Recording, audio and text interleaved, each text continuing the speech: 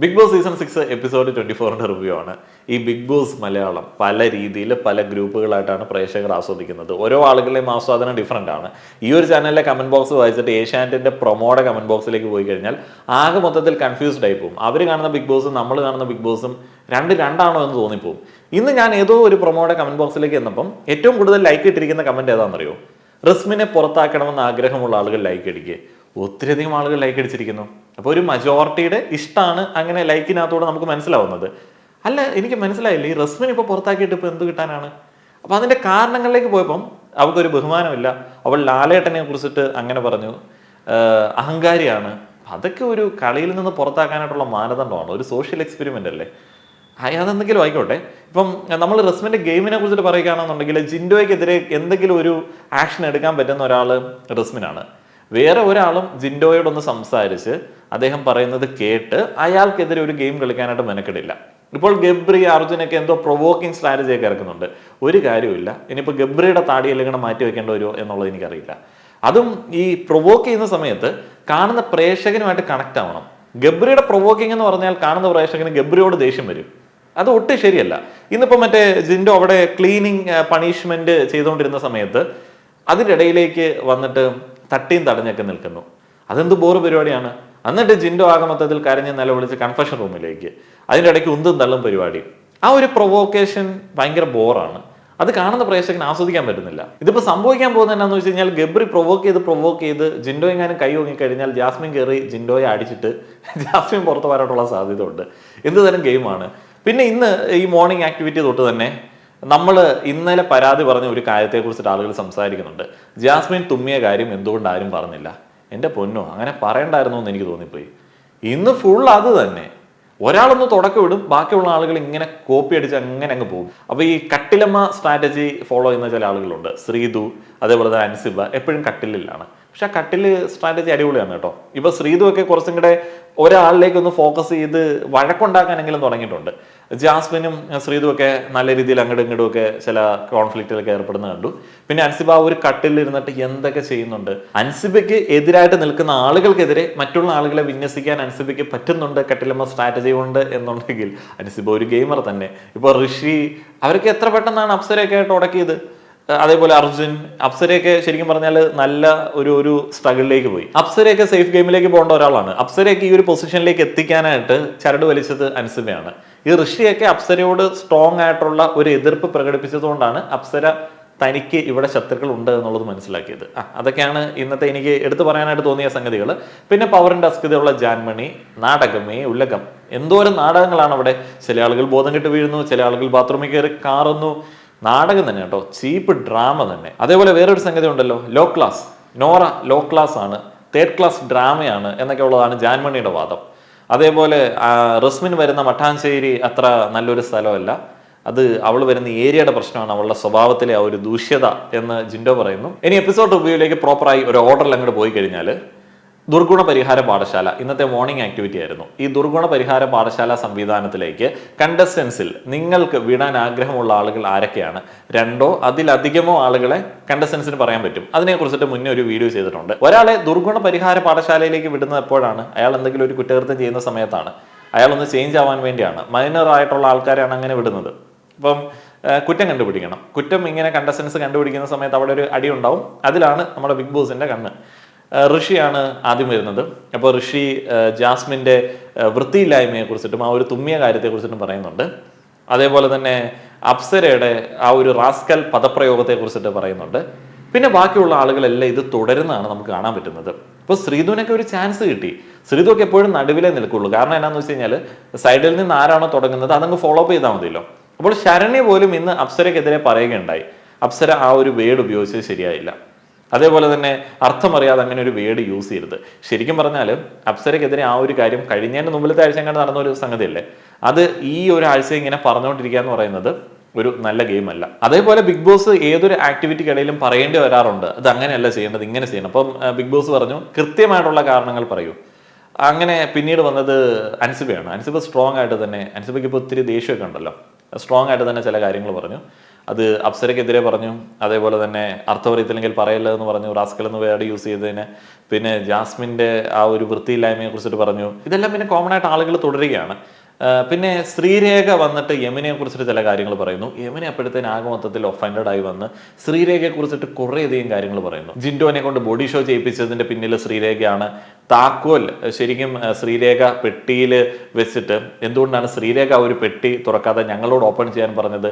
അത് മാലപ്പടക്കത്തിന് തീ കൊളുത്തുന്ന പോലത്തെ പരിപാടിയാണ്. അപ്പോൾ അങ്ങനെയുള്ള ചില പരിപാടികൾ ശ്രീരേഖയുടെ കയ്യിലുണ്ട് എന്നൊക്കെ യമുന പറയുന്നുണ്ട്. ശരിക്കും ശ്രീരേഖ അങ്ങനെ ഒരു ഗെയിം കളിച്ചുകൊണ്ടാണ് യമുന ഈ കാര്യങ്ങളൊക്കെ പറയുന്നത്. അല്ലെങ്കിൽ ഇതുവരെ യമുനയ്ക്ക് അതൊന്നും പറയണ്ടായിരുന്നു. അപ്പൊ ഇങ്ങനെ തുറന്നുള്ള ഗെയിം പല ആളുകൾക്ക് ഇല്ല. ജിൻഡോ, ജാസ്മിൻ, ഗബ്രി ഇങ്ങനെയുള്ള ആൾക്കാരെ ടാർഗറ്റ് ചെയ്യുന്ന ആളുകളെ നമുക്ക് നിലവിൽ സേഫ് ഗെയിമേഴ്സ് എന്ന് വിളിക്കാം. കാരണം എന്താണെന്ന് വെച്ച് കഴിഞ്ഞാൽ ഇവരെ അത് ഏശില്ല, ഇവരതുമായിട്ട് യൂസ്ഡ് ആണ്. ഇങ്ങനെ ആരെങ്കിലുമൊക്കെ പറയുന്ന സമയത്ത് അവരുടെ കയ്യിൽ നിന്ന് പോയി വേറെന്തെങ്കിലും ഗെയിം വന്നാൽ മാത്രമാണ് അതുകൊണ്ടൊരു യൂസ് ഉള്ളൂ. അല്ലാതെ മോർണിംഗ് ആക്ടിവിറ്റിയിൽ ഇവരുടെ പേര് പറഞ്ഞിട്ട് കാര്യമില്ല. ഇവരതുമായിട്ട് യൂസ്ഡ് ആണ്. ആളുകൾ ഇങ്ങനെ വരുന്ന സമയത്ത് തന്നെ ഇവർക്കറിയാം, ഓ തങ്ങളെ ആയിരിക്കും പറയുന്നത്. ഇവർക്കതിൽ പ്രശ്നമില്ല. ഇപ്പം ജാൻമണി നോറയെ പറയുന്നു. നോറയെ ആരെന്ത് പറഞ്ഞാലും നോറ പിന്നെ ഭയങ്കരമായിട്ട് പൊട്ടിത്തെറിച്ച് പ്രേക്ഷകരെ വെറുപ്പിക്കും. അത് നല്ലൊരു പരിപാടിയാണ്. അങ്ങനെ കേൾക്കുന്ന സമയത്ത് സ്വയം ഇല്ലാണ്ടാവുന്ന ആളുകളെയാണ് നമ്മളിങ്ങനെ ടാർഗറ്റ് ചെയ്യേണ്ടത്. നോറ അങ്ങനെ വീണ്ടും കരയുന്നു, ജാൻമണിയായിട്ട് ഉടക്കുന്നു, ആകെ മൊത്തത്തിൽ പ്രശ്നം. ആ ഒരു സമയത്താണ് ജാൻമണി പറയുന്നത് നോറയൊക്കെ ലോ ക്ലാസ് ആണ്. അപ്പം പിന്നെ ജാൻമണി അത് ക്ലിയർ ആക്കാൻ ശ്രമിക്കുന്നുണ്ട്. ഞാൻ തേർഡ് ക്ലാസ് ഡ്രാമ എന്നുള്ളതാണ് പറഞ്ഞത്. അപ്പം ഏത് ക്ലാസ് ആണെന്ന് പറഞ്ഞാലും ടോട്ടൽ ബിഗ് ബോസ് ഹൗസ് നോക്കുന്ന സമയത്ത് എല്ലാവരും ഒരേ ക്ലാസ് തന്നെയാണ്. ശരിക്കും നോറയുടെ ഒരു ഡ്രാമയാണ് നമുക്ക് തോന്നിപ്പോകും. ചുമ്മാ മറ്റേ പക്കി ചിലക്കുന്ന പോലെ ഭയങ്കരമായിട്ട് ഒച്ചയിട്ടിട്ട് പിന്നെ വൊമിറ്റിംഗ് ടെൻഡൻസി കാണിക്കുന്നു. അതിൻ്റെ ഇടയ്ക്ക് ജാൻമണി പൊട്ടിത്തെറിച്ച് ബോധം കെട്ട് വീഴുന്നു.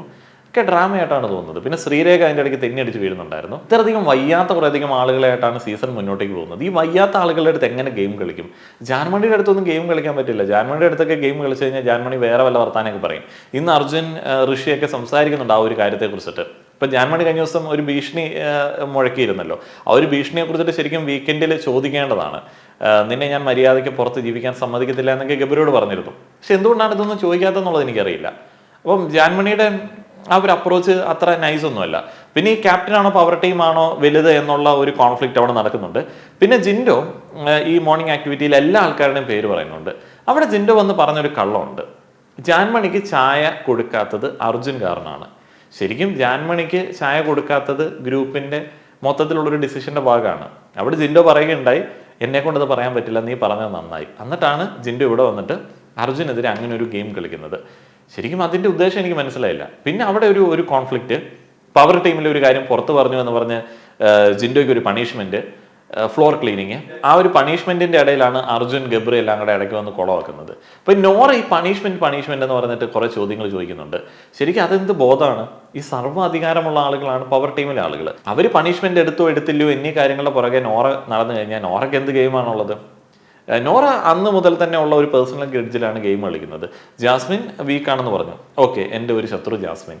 ജാൻമണി എന്നെ ഇപ്പൊ കൂടുതലായിട്ട് ടാർഗറ്റ് ചെയ്യുന്നുണ്ട്, അപ്പൊ എൻ്റെ ഒരു ശത്രു ജാൻമണി. അതല്ലാതെ മാറിയുള്ള ഒരു ഗെയിം പല ആളുകൾക്ക് ഇല്ല.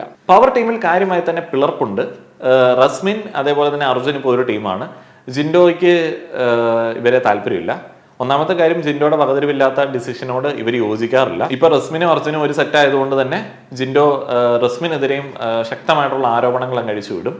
ഇപ്പൊ റസ്മിൻ വന്ന ഏരിയയെ കുറിച്ചിട്ടൊക്കെ ജിൻഡോ പറഞ്ഞ അതിന്റെ ഭാഗമായിട്ടാണ്. ഇപ്പൊ റസ്മിൻ ജിൻഡോ തമ്മിൽ ശക്തമായിട്ടുള്ള ഒരു മത്സരമുണ്ട്. അപ്പം റസ്മിനെ നമുക്കറിയാം, റസ്മിന്റെ കയ്യിൽ നിന്നൊക്കെ പോകും. ജിൻഡോ അങ്ങനെ കയ്യിൽ നിന്ന് പോകുന്ന ഒരു മച്ചാനാണെന്ന് എനിക്ക് തോന്നുന്നില്ല. ജിൻഡോ അച്ഛനെ വിളിക്കും, അങ്ങനെയുള്ള പരിപാടികളൊക്കെ ഉണ്ട് എന്നുള്ളതേ ഉള്ളൂ. ഇടി പരിപാടികളൊന്നുമില്ല, പറച്ചിൽ മാത്രമേ ഉള്ളൂ. അതുകൊണ്ട് ജിൻഡോയെ ഈ ഗബ്രിയൊക്കെ പ്രൊവോക്ക് ചെയ്തിട്ട് കാര്യമുണ്ടെന്ന് എനിക്ക് തോന്നുന്നില്ല. ജാൻമണിയുടെ ക്യാപ്റ്റൻസി എനിക്കറിയില്ല. ജാൻമണി പവർ ടീമിലെ പവർ ഉപയോഗിക്കുന്നത് പോലെയാണ് ക്യാപ്റ്റൻസി ഉപയോഗിക്കുന്നത്. എന്നാൽ അർജുനും റസ്മിനും ഒക്കെ ക്യാപ്റ്റൻസി ഉപയോഗിക്കുന്ന പോലെയാണ് പവർ ഉപയോഗിക്കുന്നത്. അത് തമ്മിൽ അങ്ങോട്ടും ഇങ്ങോട്ടും അവർക്ക് മാറിപ്പോകുന്നുണ്ട് എന്ന് എനിക്ക് തോന്നുന്നു. ജാൻമണി സ്വന്തം ലാഭത്തിന് വേണ്ടി തന്നെയാണ് ക്യാപ്റ്റൻസി ഉപയോഗിക്കുന്നത്. ഭയങ്കരമായിട്ടുള്ള വെല്ലുവിളികളാണ്. എൻ്റെ കാൽ കീഴിൽ ഞാൻ കൊണ്ടുവരും, ചവിട്ടി ആരയ്ക്കും എന്നൊക്കെയുള്ള ടോണിലുള്ള ഡയലോഗുകളൊക്കെയാണ്. അതേപോലെ തന്നെ അത് ഇത്തിരി ശരിക്കും ഒരു വൾഗറായിട്ടുള്ള ചില ഡയലോഗുകൾ നമുക്ക് കേൾക്കാൻ പറ്റും അതിൻ്റെ ഇടയ്ക്ക്. എന്ന് പറഞ്ഞാൽ ഒരു സഭയിൽ പറയാൻ പാടില്ലാത്ത തരത്തിലുള്ള അപ്രോച്ചുകൾ, അത്രയധികം അഗ്രസീവായിട്ടാണ് അവർ പെരുമാറുന്നത്. ഇപ്പം നമ്മൾ ചില ബിഗ് ബോസ് രാജാക്കന്മാരുടെ അടുത്ത് കാണുന്ന അഗ്രസീവിൻ്റെ ഒക്കെ ഭയങ്കര ഡോസ് കൂടിയതാണ് ജാൻമണിയുടെ അഗ്രസീവായിട്ടുള്ള ഒരു നേച്ചർ എന്ന് പറയുന്നത്. അതെനിക്ക് അത്ര വലിയ നൈസായിട്ട് തോന്നുന്നില്ല. അപ്പം ഈ ജാൻമണിയുടെ ഈ ഒരു അപ്രോച്ച് കൊണ്ട് ഏതായാലും വീക്കെൻഡിലേക്ക് വരുമ്പോഴത്തേന് ഈ ഒരു ക്യാപ്റ്റൻസിയെ കുറിച്ചിട്ട് നല്ല വിമർശനങ്ങൾ വരാൻ സാധ്യതയുണ്ട്. ഇന്ന് അലക്ക് ടാസ്ക് ഉണ്ടായിരുന്നു. അലക്ക് ടാസ്ക് എന്ന് പറഞ്ഞു കഴിഞ്ഞാൽ പറയുമ്പോൾ സിമ്പിളാണെങ്കിലും എടുക്കുമ്പം ഇത്തിരി പണിയാണ്. കുറേ തുണികൾ കൊണ്ടുവന്നിടും. അപ്പോൾ എല്ലാവരും അവരവരുടെ ടീമിൽ നിന്നിട്ട് തുണികൾ എടുത്തുകൊണ്ട് അലക്കി തേച്ച് വൃത്തിയാക്കണം. അപ്പോൾ ഒരു ടീമിന്റെ വസ്ത്രങ്ങളുടെ ക്വാളിറ്റി നോക്കേണ്ടത് മറ്റൊരു ടീമാണ്. ആദ്യമൊക്കെ എല്ലാ ആൾക്കാരും ഓടിപ്പോയി അലക്കാനൊക്കെ ശ്രമിക്കുന്നുണ്ട്. ചില ആളുകൾക്ക് പരിക്ക് കാര്യങ്ങളൊക്കെ പറ്റുന്നുണ്ട്. വെള്ളത്തിന് വേണ്ടിയുള്ള അടിയുണ്ട്. അപ്പോൾ ആ ഒരു അടിയുടെ സമയത്ത് ജിൻഡോ ഒക്കെ ഇങ്ങനെ പവറായിട്ടാണ് നിൽക്കുന്നത്. ജിൻഡോ ഇങ്ങോട്ട് കാറ് കൂവിയൊക്കെയാണ് തുണിയൊക്കെ അലക്കുന്നത്, ഒരു ഭ്രാന്ത് പിടിച്ചതുപോലെ. അയാൾ ഇങ്ങോട്ട് വന്നിട്ട് ആൾക്കാർക്ക് പേടിയാവത്തില്ലെന്ന് ഞാൻ ആലോചിക്കണത്. അപ്പോൾ അതിൻ്റെ ഇടയിൽ അടി ഉണ്ടാക്കുന്നുണ്ട്. ജാസ്മിനൊക്കെ ഫൈറ്റ് ചെയ്ത് നിന്ന് വെള്ളമൊക്കെ ശേഖരിച്ച് അലക്കുന്നുണ്ട്. മറ്റേ ശ്രീതു ഒക്കെ ഇന്ന് ഇത്തിരി ഓണായി വന്നിട്ടുണ്ട് കേട്ടോ. കാരണം ശ്രീതുവിന് പിടിച്ച് നിൽക്കണമെന്നുണ്ടെങ്കിൽ കളിക്കണമെന്ന് മനസ്സിലായി. പിന്നെ ശ്രീതുവിനെ ആൾക്കാർ ടാർഗറ്റ് ചെയ്യാൻ തുടങ്ങിയിട്ടുണ്ട്. ശ്രീതു അൻസിബയൊക്കെ ഒരു സെറ്റാണ്. ഇപ്പോൾ ഇനിയിപ്പോൾ അവർ കറക്റ്റായിട്ട് പുറത്തേക്ക് ഇറങ്ങും. ഗെയിമൊക്കെ ഇങ്ങനെ നടന്നു പോകുന്നുണ്ട്. ഇതെല്ലാം മറ്റേ വ്യക്തിവൈരാഗ്യത്തിൻ്റെ പുറത്തുള്ള ഗെയിമാണ്, അല്ലാതുള്ള ഗെയിമൊന്നുമില്ല. ഇപ്പോൾ ഗബ്രിക്ക് അങ്ങനെ ഒരു ഗെയിം പ്ലാനൊക്കെ ഉണ്ടെന്ന് എനിക്ക് തോന്നുന്നു. വ്യക്തിവൈരാഗ്യമൊന്നുമില്ല. ജാസ്മിന് വ്യക്തിവൈരാഗ്യമൊന്നുമില്ല. ബാക്കിയുള്ള ആളുകളെല്ലാം വ്യക്തിവൈരാഗ്യത്തിൻ്റെ പുറത്തുള്ള ഗെയിമാണ്. ഇപ്പോൾ അപ്സര പോലും ഒന്ന് ഓൺ ആവുന്നത് അപ്സരെ കറക്റ്റായിട്ട് അവർ ടാർഗറ്റ് ചെയ്യുന്നതുകൊണ്ടാണ്. അപ്പോൾ ഫെയർ ആയിട്ടുള്ള ഒരു ഗെയിം അപ്രോച്ച് പലപ്പോഴും ഇല്ല. ജിൻഡോയുടെ ഗെയിമും ഈ കള്ളത്തനം പറയുന്നതാണ്. ഇപ്പോൾ കൺഫെഷൻ റൂമിലേക്ക് ബിഗ് ബോസ് വിളിച്ചിട്ട് ബിഗ് ബോസ് പറഞ്ഞ കാര്യം പോലും കള്ളത്തരമായിട്ടാണ് പുറത്തു വന്ന് പറഞ്ഞത്. അത് അതിനേക്കാളും വലിയ വിറ്റ്. പിന്നെ അതിനകത്ത് അവരുടെ ഒരു പ്രൊവോക്കേഷൻ ഇത്തിരി മോശമായിരുന്നു കേട്ടോ, ഗബ്രിയുടെയും അർജുൻ്റെ ഒക്കെ. ടണൽ ടീമിന്റെ വസ്ത്രങ്ങളുടെ ക്വാളിറ്റി ചെക്ക് ചെയ്തത് ജിൻഡോയാണ്. പവർ ടീമിൽ നിന്നും ജിൻഡോയാണ്.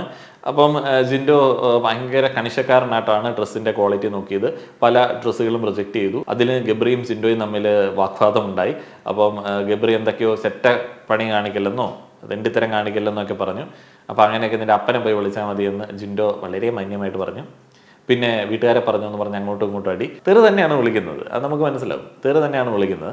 അപ്പം അങ്ങോട്ടും ഇങ്ങോട്ടും കാര്യമായിട്ടുള്ള തെറിവിളികളുണ്ട്. നെസ്റ്റിന്റെ ഡ്രസ്സിന്റെ ക്വാളിറ്റി നോക്കിയത് ടണൽ ടീമാണ്, ഗബ്രിയുടെ ടീമാണ്. അപ്പോൾ നെസ്റ്റിന്റെ വർക്ക് നല്ല ക്വാളിറ്റി ഉള്ളതായതുകൊണ്ട് തന്നെ ഗബ്രി വളരെ ഫെയർ ആയിട്ട് തന്നെ അവർക്ക് മാർക്കുകളും കാര്യങ്ങളൊക്കെ കൊടുത്തു. അങ്ങനെ നെസ്റ്റ് 3 പോയിന്റുകളോടെ ഫസ്റ്റ് അടിച്ചിരിക്കുകയാണ്. 2 പോയിന്റുകളോടെ ടണലും ഡെന്നിങ്ങടെ സെക്കൻഡ് പൊസിഷനിലേക്ക് വരുന്നു. പിന്നെ 1 പോയിന്റോടെ പവർ ടീം. അപ്പൊ അങ്ങനെയൊക്കെയാണ് ഇന്നത്തെ എപ്പിസോഡിൽ കണ്ട കാര്യങ്ങൾ. എല്ലാ ആളുകൾക്കും ആസ്വദിക്കാൻ പറ്റുന്ന ഒരു ലൈവാണ് എന്ന് ഞാൻ പറയില്ല. കച്ചറ വർത്താനം. ഇത് കേട്ട് കഴിഞ്ഞാൽ നമ്മൾ ഈ സമയം മെനക്കെടുത്തിയതിനോട് ദേഷ്യം വരും. എനിക്ക് പോട്ടെ, എന്തെങ്കിലുമൊക്കെ ചില്ലറ അടയുന്നതുകൊണ്ട് കുഴപ്പമില്ല. എന്നാലും നിങ്ങൾ ആലോചിച്ചിട്ട് മാത്രം സമയം സ്പെൻഡ് ചെയ്യും. ഇങ്ങനെയുള്ള അടികളാണെന്നുണ്ടെങ്കിൽ ഇവരുടെ കോൺഫ്ലിക്റ്റിനിടയിൽ ഒരിക്കലും ന്യായമായിട്ടുള്ള വാഗ്വാദങ്ങൾ വരാൻ ഒരു സാധ്യതയില്ല. കാരണം അതിനുള്ള ബുദ്ധി നിലവാരം അവിടെയുള്ള കണ്ടസ്റ്റൻസിന് ഇല്ല. എന്ന് വെച്ചാൽ സ്കൂളിലോ കോളേജിലോ ഒക്കെ ഇവർ പോയിട്ടുണ്ടാകുമോ എന്നുള്ളൊരു ഡൗട്ടിലേക്ക് പോലും നമ്മൾ എത്തും. അത്രയധികം അപരിഷ്കൃതമായിട്ടുള്ള സംസാര രീതിയാണ് പല ആളുകളും പിന്തുടരുന്നത്. അതിപ്പം റോക്കി ആണെങ്കിലും, ഇപ്പം സിജോ അധികം സംസാരിച്ച് കേട്ടിട്ടില്ല. സിജോ ആണെങ്കിലും ഇവരുമായിട്ട് സിങ്ക് ആവുമായിരുന്നു. അപ്പം അത്രയധികം നമ്മൾക്ക് അത്ര പരിചിതമില്ലാത്ത, നമ്മളങ്ങനെ കേൾക്കാൻ ആഗ്രഹിക്കാത്ത സംസാര രീതിയാണ് ഇവരുടേത്. വേറെ ഒരു കാര്യം ഇവർക്ക് സംസാരിക്കാനില്ല. ഇവരുടെ ലൈഫിലെ അച്ചീവ്മെന്റുകളെ കുറിച്ചിട്ടോ എക്സ്പീരിയൻസുകളെ കുറിച്ചിട്ടോ ഒന്നും കേൾക്കാനില്ല. ഇപ്പോൾ സീസൺ 5 ഷിജുവിന്റെ സിനിമ അനുഭവങ്ങൾ, നമ്മൾ ഷിജുവിന്റെ മൈ സ്റ്റോറിയെക്കാളും കൂടുതൽ അനുഭവങ്ങൾ കേട്ടത് അവർ വട്ടം കൂടി ഇരുന്ന് വർത്താനം പറയുന്ന സമയത്താണ്. അഖിലിന്റെ കഥകൾ, നമ്മുടെ ജുനൈസിന്റെ അനുഭവങ്ങൾ, നാദിറ, ഇഷ്ടം പോലെ സംസാരിക്കാൻ അനുഭവങ്ങളുള്ള ആളുകളുണ്ടായിരുന്നു. ഇവർക്ക് യാതൊരു അനുഭവവും ഇല്ല. എന്ന് വെച്ചാൽ ഇവർക്ക് ഇതിൽ നിന്ന് എന്തെങ്കിലും ഒപ്പിച്ചിട്ട് വേണം ഇനി ലൈഫ് മുന്നോട്ടേക്ക് കൊണ്ടുപോകാൻ വേണ്ടി. അതിനുവേണ്ടിയുള്ള ഒരു കടിപിടി കൂടലാണ്. അല്ലാതെ നമ്മൾ ഇംപ്രസ് ചെയ്യുന്ന തരത്തിലേക്കുള്ള വ്യക്തിത്വങ്ങൾ അവിടെ ഇല്ല. എന്താണെങ്കിലും ഈ കണ്ടസ്റ്റൻസിനെ തിരഞ്ഞെടുത്ത കാര്യത്തിലുണ്ടല്ലോ, ശുദ്ധ പരാജയം എന്നുള്ളതല്ലാതെ വേറൊന്നും പറയാനില്ല. പിന്നെ ഇതും നമ്മളുടെ സമൂഹത്തിന്റെ ഭാഗമായിട്ടുള്ള ആളുകളാണ്. അതുകൊണ്ട് പിന്നെ ശരിയാണ് കേട്ടോ, ഞാൻ അങ്ങനെ പറഞ്ഞത് ശരിയല്ല, ഞാൻ തിരിച്ചെടുക്കുന്നു. അങ്ങനെയുള്ള കണ്ടസ്റ്റൻസ് വേണം. അപ്പോൾ ആരാണ് മികച്ചവരല്ലേ? അങ്ങനെ നമുക്ക് ആൾക്കാരെ മികച്ചവർ എന്ന് പറഞ്ഞിട്ട് തരംതിരിക്കാൻ പറ്റുമോ? ക്ഷമിക്കുക. അപ്പോൾ ഇന്നത്തെ റിവ്യൂ അവസാനിപ്പിക്കുകയാണ്. നന്ദി.